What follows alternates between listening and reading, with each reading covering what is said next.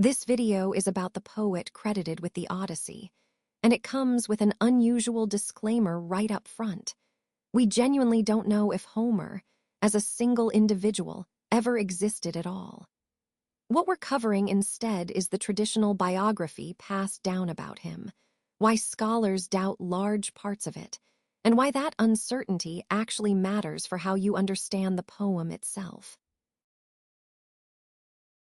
The traditional story holds that Homer lived sometime around the 9th or 8th century before the Common Era, likely in Ionia, a region of Greek settlements on the coast of what's now western Turkey. He's usually pictured as blind and as a professional performer, a wandering bard who recited epic poetry, aloud rather than someone sitting at a desk writing it down. That image of a blind poet comes almost entirely from the poem itself. Within the Odyssey, there's a blind court singer named Demodocus who performs for the Phaeacians, and ancient audiences seem to have assumed Homer was describing himself.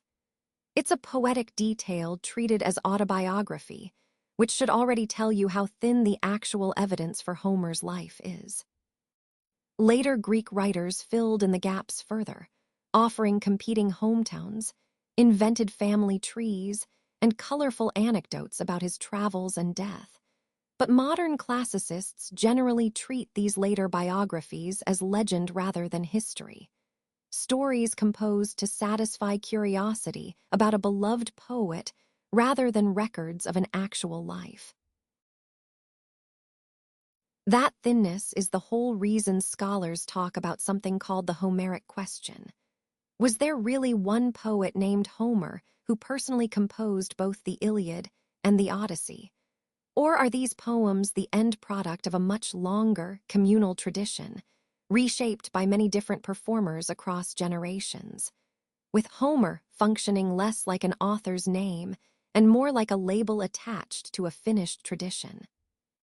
No inscriptions, contemporary records, or physical evidence confirm that a historical Homer ever lived, and the biographical details later Greek writers supplied about him look, to modern scholars, like they were largely invented after the fact, guesses dressed up as fact to give a beloved set of poems a face and a life story.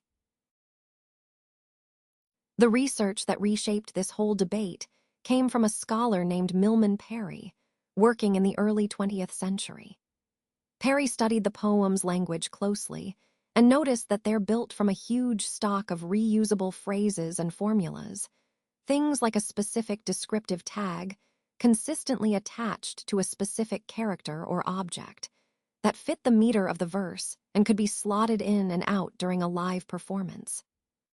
He then studied still-living oral poetic traditions to see whether real performers actually composed this way, improvising long poems in real time using a memorized toolkit of phrases rather than reciting a fixed, memorized text word for word. His conclusion reshaped how scholars think about Homer entirely. The Iliad and the Odyssey weren't necessarily written the way a modern novelist writes a novel, planned out and drafted on a page. They more likely grew out of generations of oral performers, each reshaping inherited material in front of a live audience, until at some point the poems were fixed in the form we now read, whether by one especially skilled poet pulling the tradition together, or through the more gradual process of dictation and editing as writing became more widespread in Greece. None of this uncertainty is just academic trivia. It directly explains features of the text that would otherwise look like flaws. The poem's repeated epithets, its occasional small inconsistencies between episodes, and its comfort with long digressions and embedded stories all make far more sense once you know it likely passed through many retellings before settling into the version that survives today. A single, tidy modern author, carefully outlining a novel from start to finish, wouldn't necessarily produce a text shaped quite like this one.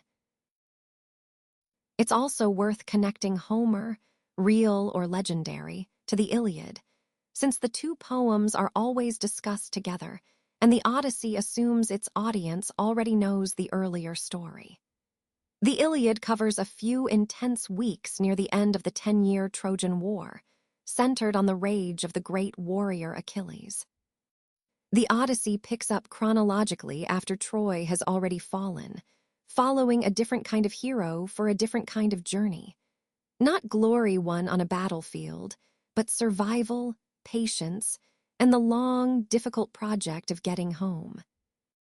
Whether or not one person wrote both epics, ancient audiences experienced them as a connected pair, and a listener coming to the Odyssey, already carrying the Iliad's world of gods, warriors, and consequences, would have understood immediately why a war hero like Odysseus can't simply sail home in a straight line. Odysseus himself appears as a supporting character in the Iliad, already known there for his cleverness rather than his brute strength, which means the Odyssey isn't introducing a new hero so much as finally giving a familiar secondary character his own story, once the war that defined him is finally over. So when you watch or study the Odyssey, it helps to hold two ideas at once.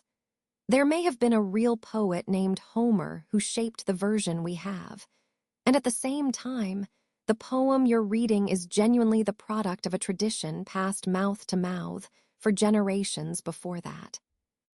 Both of those things can be true together, and neither one makes the poem any less of an achievement. If anything, a text refined by countless retellings, competing for an audience's attention around a fire or in a public square for hundreds of years before it was ever written down, had to earn its staying power the hard way.